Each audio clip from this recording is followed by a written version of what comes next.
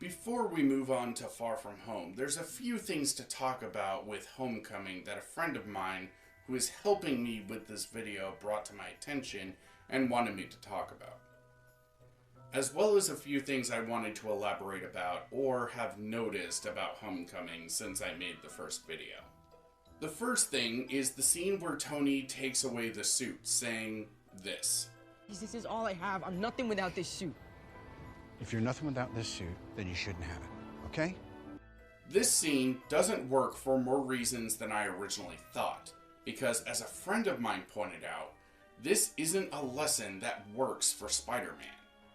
This lesson works for Iron Man because his abilities are directly tied to the armor that he is wearing. But taking off that armor, he is still a billionaire genius playboy philanthropist. So even without the armor, he is not nothing. But Spider-Man's abilities are not tied to the suit he's wearing. He has super strength, has the ability to stick to walls. In most versions, he has the spider sense, which admittedly is not a thing prior to Far From Home, or at least in movies like Civil War and Infinity War, there is indications that he has the things that people think are spider sense, but could easily be other things.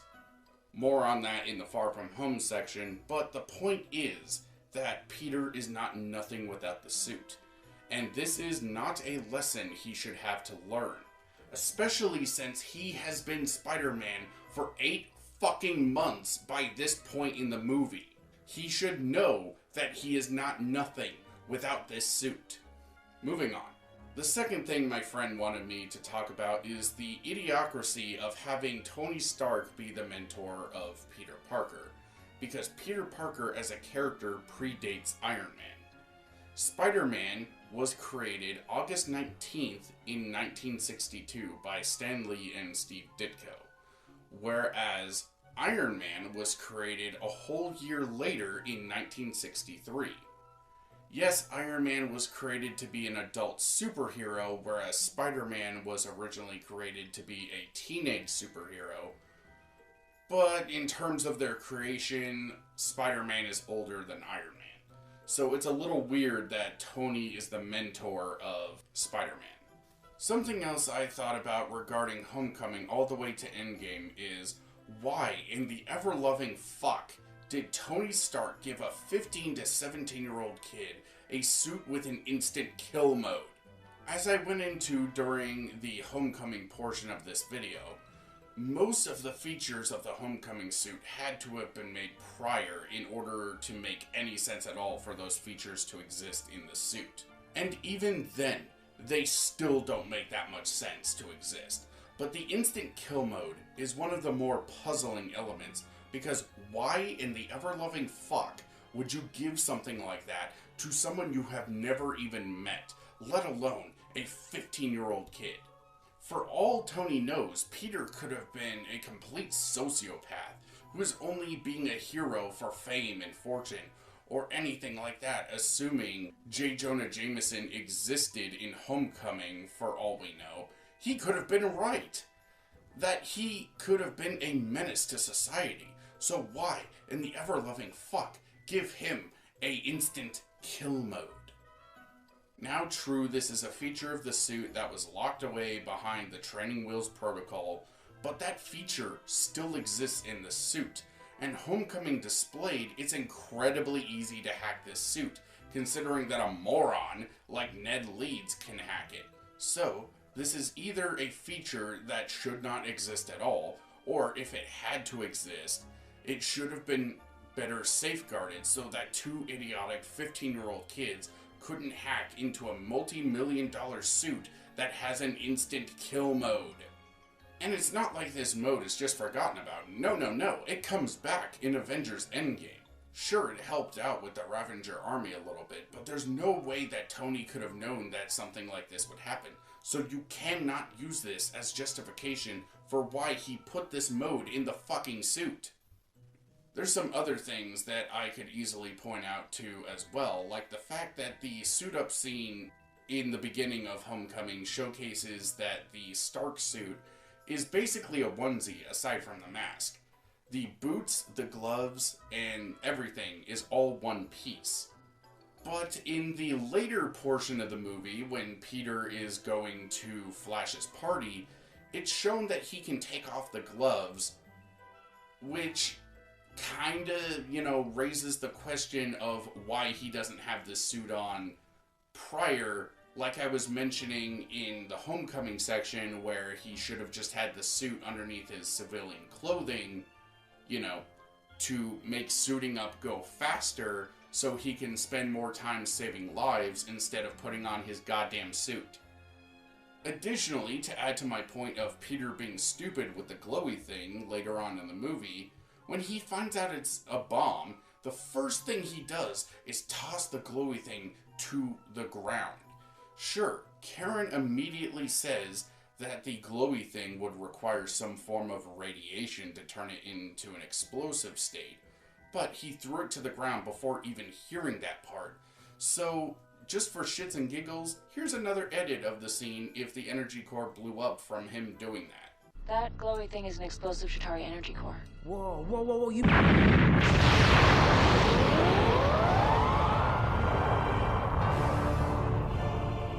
For obvious reasons, this is very stupid, because if you were holding something that you were told is an explosive, you should be handling that thing with the utmost care to try and make sure that thing does not fucking explode. You would not just toss it around like a hockey sack. And here's another thing with that too. Just because it didn't explode or wasn't exposed to radiation doesn't mean it's a good idea to be throwing this thing around like a hacky sack or hitting it with a freaking hammer. Because I just know at some point I'm going to get people trying to defend these moments by saying, well, it requires radiation to turn it into an explosive state, so what's the big deal, right? Because, no, it's still an alien battery. You shouldn't be handling these things this way. It's freaking stupid. Something else that I wanted to talk about is the various mic quality things in regards to Homecoming. Because after making the first part, I learned that apparently this was actually something that Tom Holland admitted to in an interview. That there were legitimately 3 different mic qualities, and sometimes they would have him actually record his lines in a mask, and sometimes they wouldn't.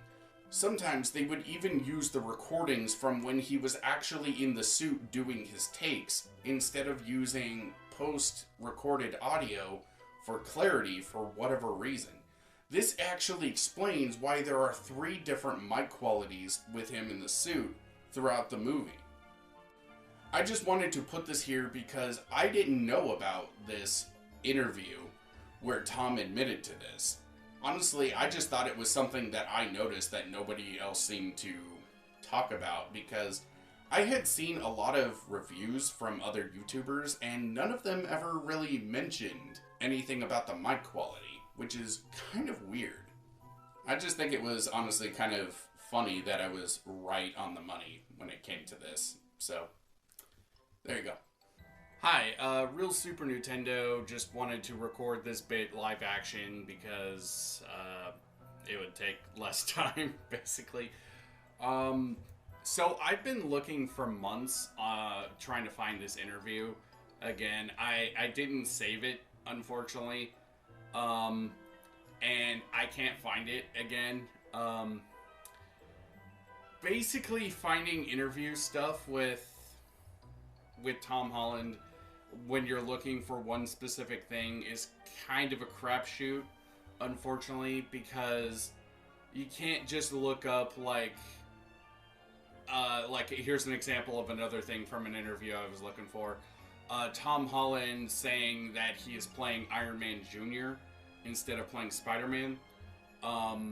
He said that in an interview. I know he said it because High Top Films, another YouTuber person who doesn't like the Tom Holland version of the character, put that clip in one of his videos, and I have no idea where he got this clip. But he apparently did say this in an interview, but I can't find it, so if you want to discount this, then fine, whatever. the point of bringing up the mic quality thing is that it was a nitpick. It's not something that destroys the film on its own. It's just something that I noticed when I was having to go through the film so many times for getting my notes and when editing the video. So, like, take that with a grain of salt, but it is something that I noticed, and now that I do notice it, I can't unnotice it. I don't think any of the other Tom Holland films have this issue, but I guess we'll see. So, yeah. Anyway, back to the video. One more major addendum I have to make is regarding to the Sokovia Accords. Because one counter-argument that one could possibly make for the Accords is that these things only apply to the Avengers. Because that's what Captain America Civil War seems to imply with the scene that I brought up from Civil War.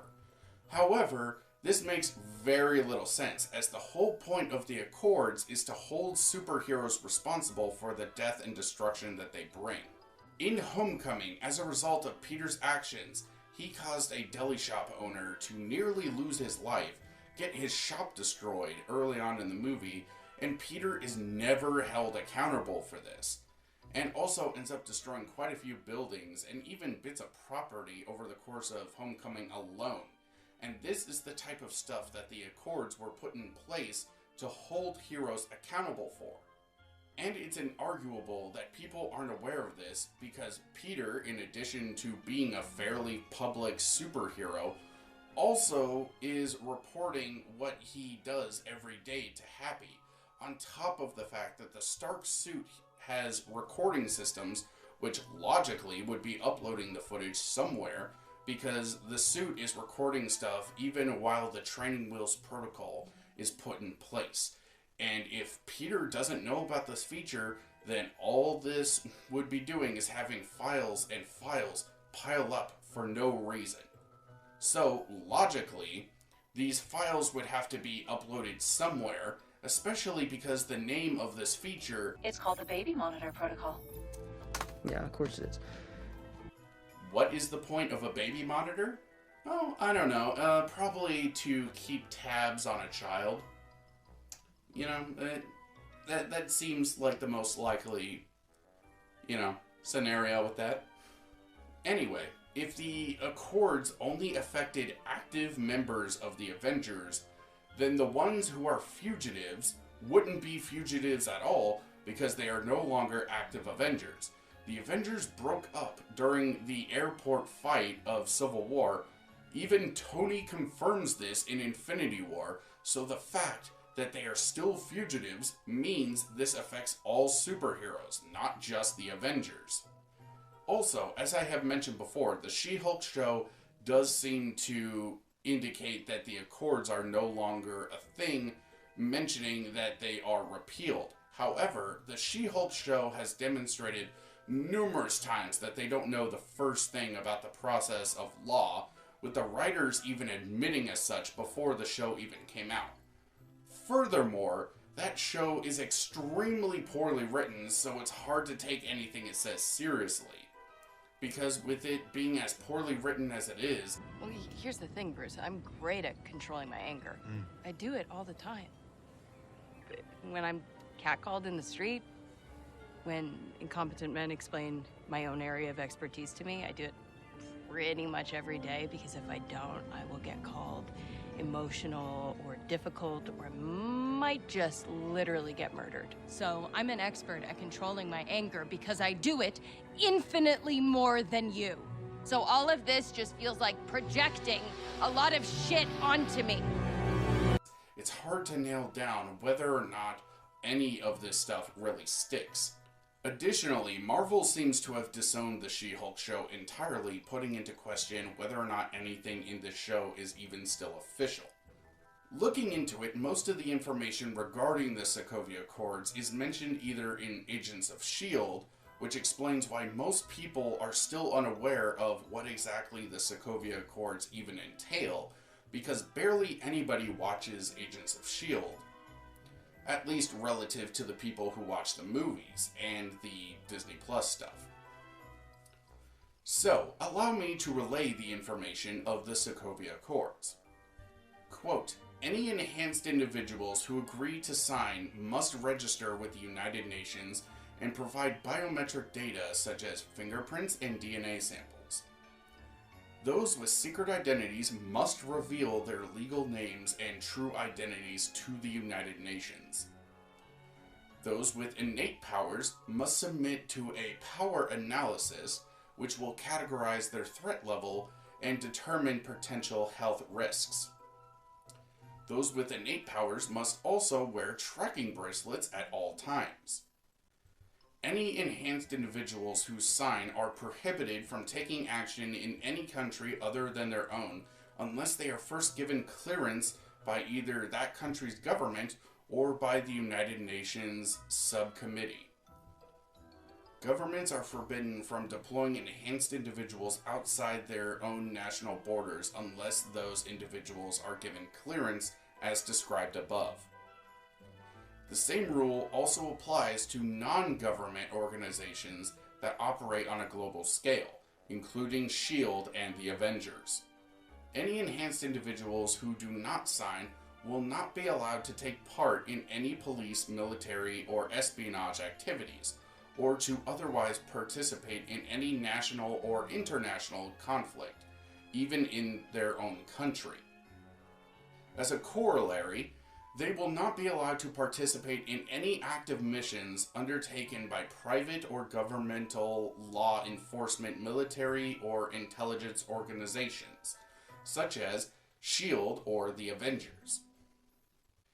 Any enhanced individuals who use their power to break the law, including those who take part in extra-legal vigilante activities, or are otherwise deemed to be a threat to the safety of the general public, may be detained indefinitely without trial. If an enhanced individual violates the Accords or obstructs the actions of those enforcing the Accords, they may likewise be arrested and detained indefinitely without trial. The use of technology to bestow individuals with innate superhuman capabilities is strictly regulated, as is the use of distribution of highly advanced technology, such as Asgardian or Chitauri weaponry. The creation of self-aware artificial intelligence is completely prohibited. The Avengers will no longer be a private organization and will operate under the supervision of the United Nations. For the purposes of the Accords, an enhanced individual is defined as any person, human or otherwise, with superhuman capabilities. This includes individuals whose powers are an innate function of their biology as well, as individuals who utilize the highly advanced technology to grant themselves superhuman capabilities. However, individuals with advanced prosthesis do not seem to be considered enhanced, even if their prosthesis gives them capabilities beyond those of ordinary humans. All members of the Avengers are subject to the same conditions as enhanced individuals, even if they are not enhanced themselves. Black Widow was required to sign so she could continue serving on the Avengers due to her previously being deemed a threat to the world's security by Nick Fury. And Hawkeye was incarcerated on the raft after violating the Accords. The world owes the Avengers an unpayable debt. You have fought for us, protected us, risked your lives. But while a great many people see you as heroes, there are some who would prefer the word vigilantes. And what word would you use, Mr. Secretary? How about dangerous? What would you call a group of US-based, enhanced individuals who routinely ignore sovereign borders and inflict their will wherever they choose, and who, frankly, seem unconcerned about what they leave behind?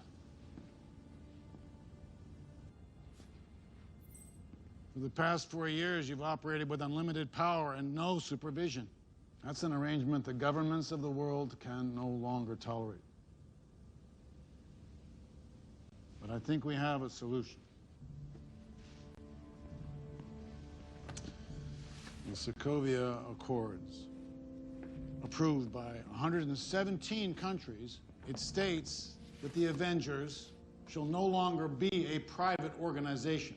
Instead, they'll operate under the supervision of a United Nations panel only when and if that panel deems it necessary.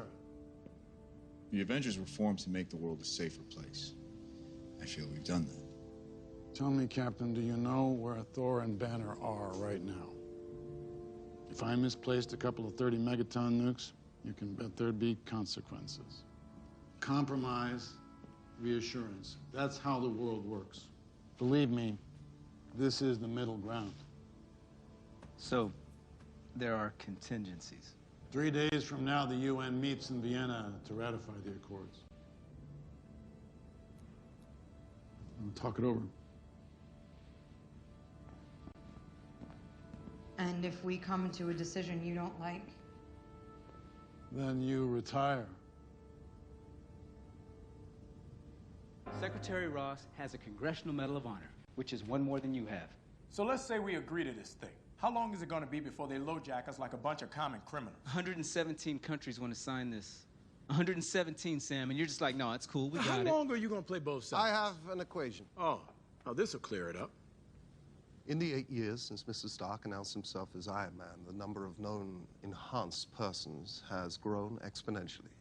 And during the same period, the number of potentially world-ending events has risen at a commensurate rate. He's saying it's our fault? I'm saying there may be a causality. Our very strength invites challenge. Challenge incites conflict. And conflict breeds catastrophe. Oversight. Oversight is not an idea that can be dismissed out of hand. Boom. Tony, you're being uncharacteristically non-hyperverbal. It's because he's already made up his mind. Boy, you know me so well. Actually, I'm nursing an electromagnetic headache. That's what's going on, Cap. It's just pain. It's discomfort. Who's putting coffee grounds in the disposal? Am I running bed and breakfast for biker gang?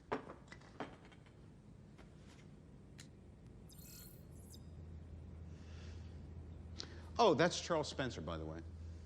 He's a great kid. Computer engineering degree, 3.6 GPA. Had a floor-level gig at Intel planned for the fall. But first, he wanted to put a few miles on his soul before he parked it behind a desk, see the world, maybe be of service. Charlie didn't want to go to Vegas or Fort Lauderdale, which is what I would do. He didn't go to Paris or Amsterdam, which sounds fun. He decided to spend his summer building sustainable housing for the poor, guess where? Sokovia. He wanted to make a difference, I suppose. I mean, we won't know because we dropped the building on him while we were kicking ass.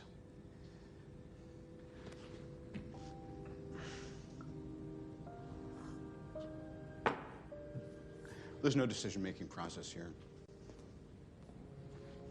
We need to be put in check. Whatever form that takes, I'm game. If we can't accept limitations, we're boundaryless, we're no better than the bad guys. Tony, if someone dies on your watch, you don't give up. Who said we're giving up? We are for not taking responsibility for our actions. This document just shifts the blame. Sorry, Steve, that is dangerously arrogant. This is the United Nations we're talking about. It's not the World Security Council. It's not SHIELD. It's not Hydra. No, but it's run by people with agendas, and agendas change. That's good. That's why I'm here. When I realized what my weapons were capable of in the wrong hands, I shut it down, stopped manufacturing. Tony, you chose to do that. If we sign this, we surrender our right to choose. What if this panel sends us somewhere we don't think we should go? What if there's somewhere we need to go and they don't let us? We may not be perfect, but the safest hands are still our own. If we don't do this now, it's going to be done to us later. That's the fact. That won't be pretty. You're saying they'll come for me. We would protect you. Maybe Tony's right. If we have one hand on the wheel, we can still steer. If we take it off... Aren't you the same woman who told the government to kiss her ass a few years ago? I'm reading the terrain. We have made some very public mistakes. We need to win their trust back. Focus up. I'm sorry, did I just mishear you, or did you agree with me? Oh, I want to take it back No, now. no, you can't retract it. Steve's not going to stop. If If you don't either, Rhodey's gonna be the best case scenario. You let them go, Nat. We played this wrong. Boy, it must be hard to shake the double agent thing, huh? Sticks in the DNA. Are you incapable of letting go of your ego for one goddamn second? T'Challa told Ross what you did, so they're coming for you. I'm not the one that needs to watch their back.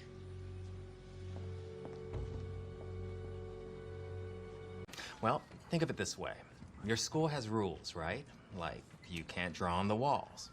Well, your daddy went to Germany and drew on the walls with Captain America.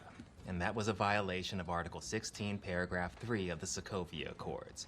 Now, as a part of his joint plea deal with Homeland Security and the German government, he was allowed to return to the U.S., provided he served 2 years under house arrest, followed by 3 years of probation, and avoid any unauthorized activities, technology, or contact with any former associates who were or currently are in violation of said accords or any related statutes. Okay, sweetie? Wow. You're really great with kids. Thanks. I'm also a youth pastor.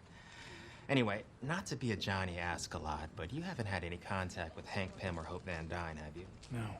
You sure? Because it's only a matter of time before we get them.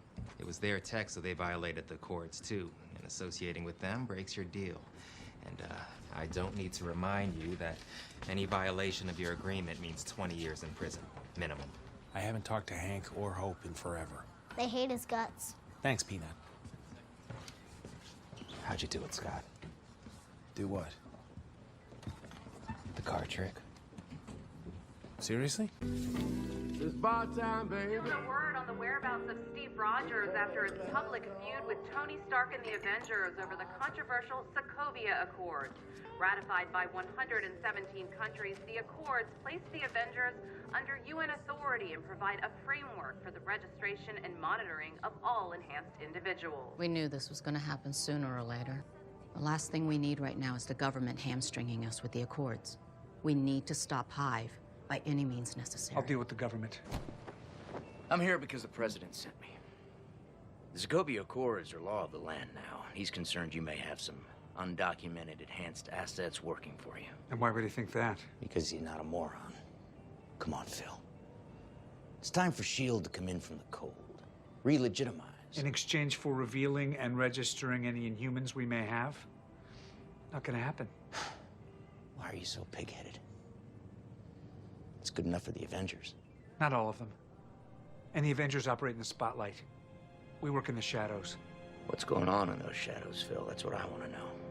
You better start opening some doors, or I promise you, I'm gonna start kicking them down. All right. Don't report our Inhumans. Some battles need to be fought with secret warriors. How many you got?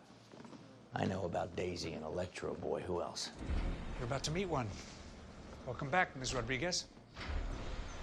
Director Golson? Matt couldn't be here. He sends his regards. This is Brigadier General Talbot, acting head of the ATCU. He's here to... I know why. I watched the news. We found Ms. Rodriguez in Colombia. She was being a real thorn in the side of the drug cartels, using her powers to clean up her neighborhood, to fight the good fight. Put me on your list. There will be a price on my head. Nobody would ever find out about it. Ingenuo. I think that means... I know what she's saying. What are her powers? Elena, the General would like to see what you can do. Anytime.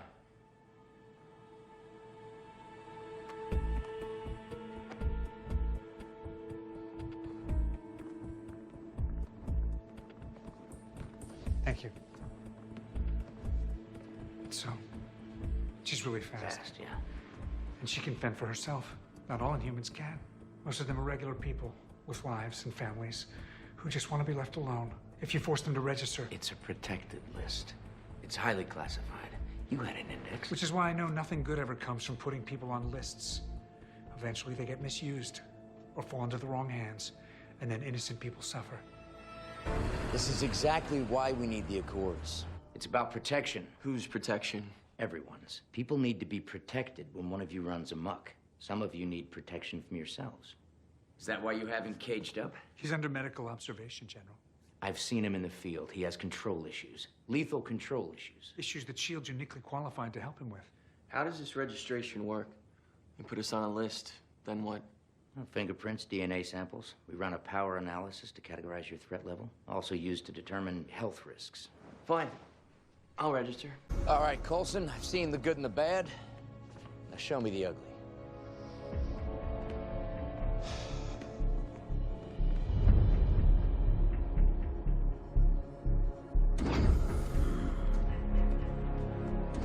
What the hell is that?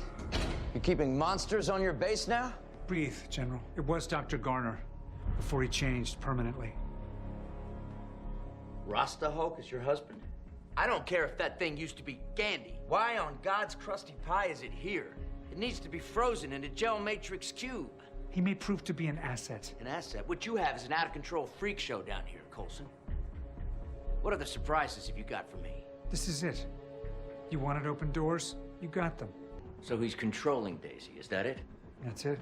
This is exactly why the Sokovia Accords were created. This is a nightmare scenario. She's a nuclear weapon in the wrong hands. When did you build this? Have you forgotten the very strict stipulations that came with your pardon? You are not allowed experimentation without approval and oversight. I know, I'm well aware of that, yeah.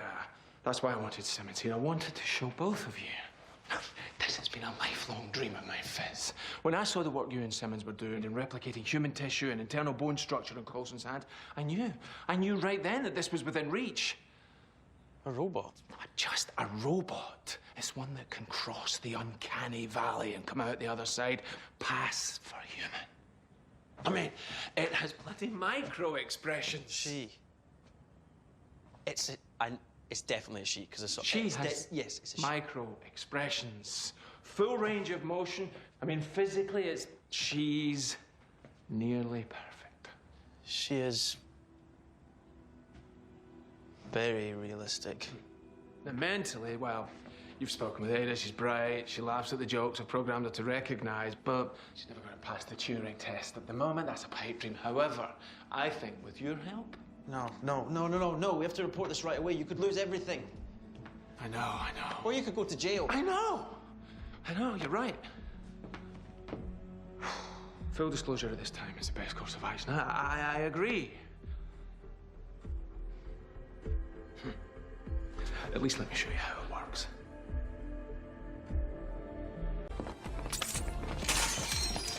This could be very dangerous. So much could go wrong. Ultron, yes, I know. But this is not AI. AI is banned, and that's good. This is mimicry of human behavior. Still, in the wrong hands. This could be used as a weapon. Is that the idea? No, absolutely not. No, look, I know the dangers. That's why I've been reticent to divulge. I don't know these new people at SHIELD. But a weapon is absolutely not the idea. Hey, all cards on the table. Ada's an android. She's... What did you just say? An android. Had me fooled too. But that's... Whew. Okay. I mean, forget about the fact that I was mildly attracted to her. That totally goes against the Sokovia Accords. Doesn't anyone remember Ultron? I want to confer with my client. I'll need you to clear the room. No can do. We need weapons on the inmate at all times. Oh, come on. This is overkill. Miss Jones has a constitutional right to attorney-client privilege. The powers nullify that. Says who? Jessica, please. This is bullshit. Where's your boss? She'll tell you the same thing she told me. These are special circumstances, so we're on special protocol. If you need privacy, I suggest you keep your voices down. It's a great deal, and you wouldn't have to go to the raft. And just so we're clear, the raft is completely remote. No visitors. You would be in solitary confinement 23 hours a day. But if you take the deal, you can stay here.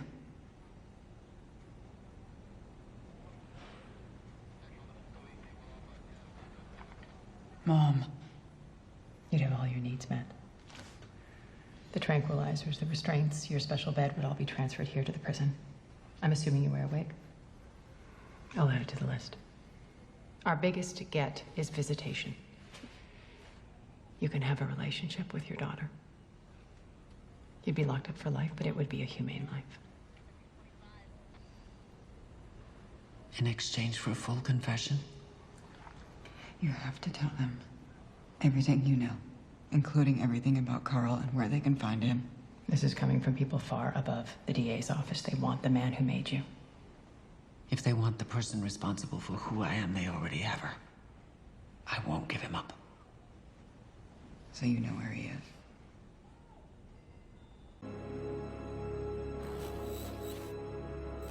When was this? 9 days ago, Maximoff stormed our facility, stole the Vision's body, and resurrected him. But that's in direct violation of Section 36B of the Sokovia Accords. And the Vision's own living will. What are you doing? We're dismantling the most sophisticated sentient weapon ever made. Vision's not a weapon. You can't do this. In fact, it is our legal and ethical obligation. This is how the Sokovia Accords operate, and in all honesty, even though the movies rarely bring up the Accords, I, for one, think that the Sokovia Accords are actually a good thing. But restricting the Avengers so that they are only able to operate after being given permission by the United Nations is very, very stupid.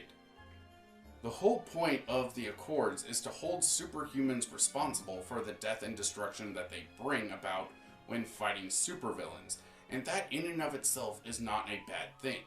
As a matter of fact, the very same thing has been explored numerous times in other forms of media, such as the Justice League show, as a part of the DC animated universe. And even The Incredibles and My Hero Academia has a lot of these same laws in place.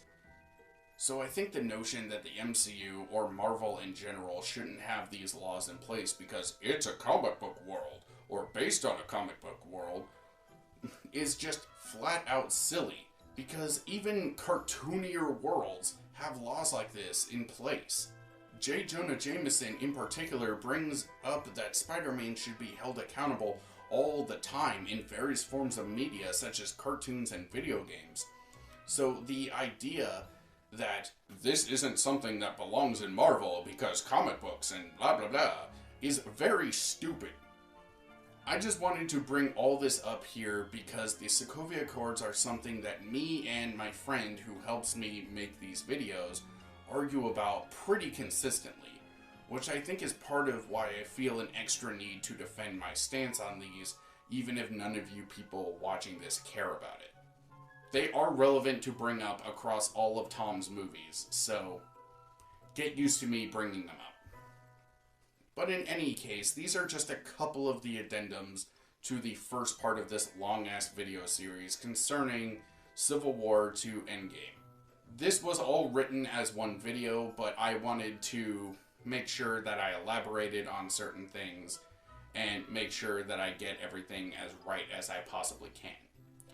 So, on to the next part, talking about Spider-Man: Far From Home.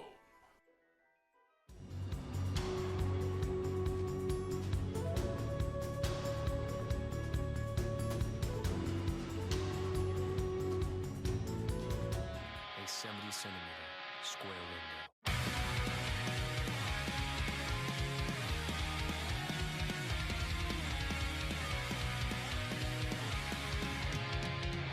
The skies a bit clearer today, the rain has passed me by. I went and opened up the window again, I can't remember why. The sighs that I kept pinned to the walls have flown out of the room. Soon I'll find my way to you. I have always kept thoughts of you inside.